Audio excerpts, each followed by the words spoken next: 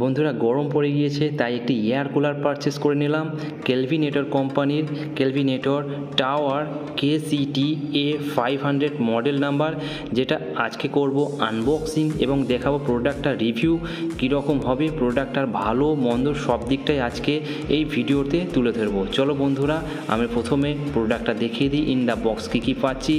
আমরা বক্স খুললেই প্রথমে একটি ওয়ারেন্টি কার্ড দেখতে পাচ্ছি, ইউজার ম্যানুয়াল কেলভিনেটর, নিচে লেখা রয়েছে এয়ার কুলার টাওয়ার কুলার, কিছু কীভাবে কুলারটা অপারেট করতে হয় বা ব্যাক সাইডে যদি কোনো ধুলো বা ময়লা জমে কীভাবে পরিষ্কার করতে হয় সে সমস্ত ইনস্ট্রাকশান এই ম্যানুয়ালের মধ্যে লেখা রয়েছে।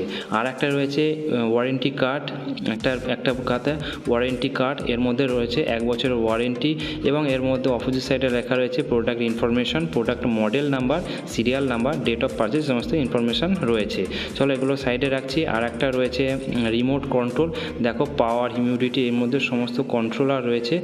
এর সঙ্গে 6 অ্যাম্পায়ারের প্লাগ রয়েছে, আইএসআই মার্ক ইন্ডিয়ান। চলো বন্ধুরা এগুলো সাইডে রাখি এবং দেখে নিই আমরা মডেলটাকে। দেখো এই হচ্ছে মডেলটা, ওপরে উডেন ফিনিশিং রয়েছে, পুরো টাচ প্যান, 4.5 ফুটের মতো এর হাইট এবং ওয়াটার ইন্ডিকেটর সব রয়েছে। আমরা স্টেপ বাই স্টেপ একটা একটা করে দেখবো। দেখো প্রথমেই দেখতে পাচ্ছি একটা মিনি উইন্ডো সিস্টেম রয়েছে, এটা ভেতরে সুইং সিস্টেম, বাইরে এটা হচ্ছে মিনি উইন্ডো সিস্টেম, এটা ক্লোজ এবং ওপেন সিস্টেম রয়েছে, নিচেটা এ করে করতে হবে। এবং এর দেখো নিচের সাইডে রয়েছে কিছু ইনস্ট্রাকশান, প্রোডাক্টটার যে ইনস্ট্রাকশান এখানে দেখো দেখে নিচ্ছি লেভেলে।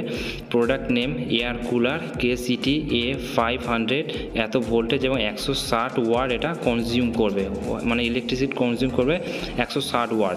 এখানে রয়েছে দেখো pre shocking better cooling efficiency, তার মানে এখানে বলছে কিছু ইনস্ট্রাকশান দিচ্ছে যে পাম্প যখন তুমি এটাকে চালাবে তার 2 মিনিট আগে পাম্পটাকে চালিয়ে দেওয়ার জন্য ইনস্ট্রাকশান দিচ্ছে, তাতে বেটার কুলিং এটা পাবে।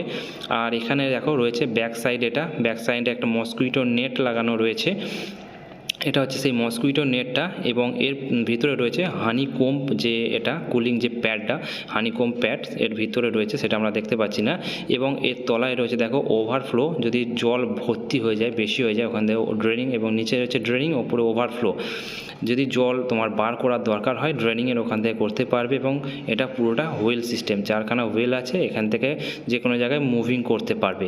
এবং এর তলায় দেখো রয়েছে জল, এর মানে পাশের সাইডে রয়েছে পুশ করলেই এটা খুলে যায়। দেখো আমি পুশ করলাম, জাস্ট খুলে গেল। ওয়াটার ট্যাঙ্ক, এটা এখান থেকে জল ভরতে হবে, ট্যাঙ্ক ক্যাপাসিটি 50 লিটার। আরও একটা আছে 30 লিটারের, এটা 50 লিটারের। এবং এই হচ্ছে এই ওপর পোর্শনটা, ওপর পোর্শনের এক সাইডে রয়েছে আইস বক্স, যেখানে মানে তুমি আইসের কিউব রাখতে পারবে। এই জায়গাতে আইস কিউব রাখলে সেটা গলে গলে নিচের দিকে যায় এবং আরও ঠান্ডা এফিসিয়েন্সি দেয়।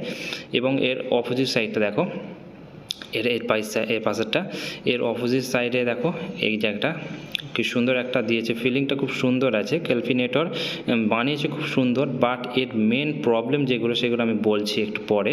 তো এটারও আমার প্রবলেম আছে। তো এটার মেন প্রবলেম যেটা হচ্ছে, এটা সবই ঠিক আছে বাট এর রিমোট কন্ট্রোল যেটা রয়েছে সেটা কাজ করছে না। তো আমি দেখাবো সেটা। এইদিকে দেখো তলার দিকে একদম গেলে আমরা এখানে ওয়াটার ইন্ডিকেটরের অপশন দেখতে পাবো, একদম তলায় লো, মাঝে মিডিয়াম এবং ওপরে যেটা সেটা একদম হাই। তো এর হচ্ছে রিমোট কন্ট্রোল, এইটা দেখো একটা বেসিক রিমোট কন্ট্রোল দিয়েছে, বাট এই রিমোট কন্ট্রোলটা কাজ করছে না। বাট রিমোটটা আমি যখন ক্যামেরার কাছে ধরলাম তখন রিমোটটা দেখলাম ব্লিঙ্ক করছে, সেটা আমি দেখাচ্ছি। জাস্ট আমি এখানটায় দেখো, এ দেখো ব্লিঙ্ক করছি, দেখো জ্বলছে।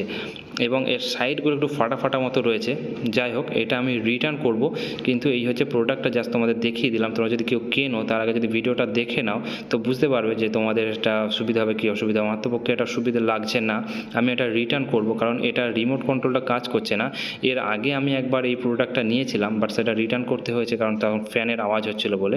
তো এইটাই আমরা চেঞ্জ করে যখন এটা নিলাম, এটার মধ্যে ফ্যানের আওয়াজটা হচ্ছে না, বাট এটা স্মুথলি আওয়াজ, কোনো নয়েজ নেই, বাট এটা রিমোট কন্ট্রোলটা কাজ করছে না। তো আমি টেকনিশিয়ান ফোন করেছিলাম, টেকনিশিয়ান আসলো এবং টেকনিশিয়ান চেক করে দেখলো যে এর যে সেন্সারটা আছে সেটার কোনো প্রবলেম হচ্ছে, তো ওরা বলেছে ঠিক করে দেবে, বাট আমি এটা রিটার্ন করে দিচ্ছি। বন্ধুরা ভিডিওটা এতটুকুই ছিল। ভিডিওটা যদি ভালো লাগে অবশ্যই একটা লাইক করবে, চ্যানেলটা সাবস্ক্রাইব করে রাখবে। দেখা হবে এই ধরনের আরও একটি নতুন ভিডিওয়।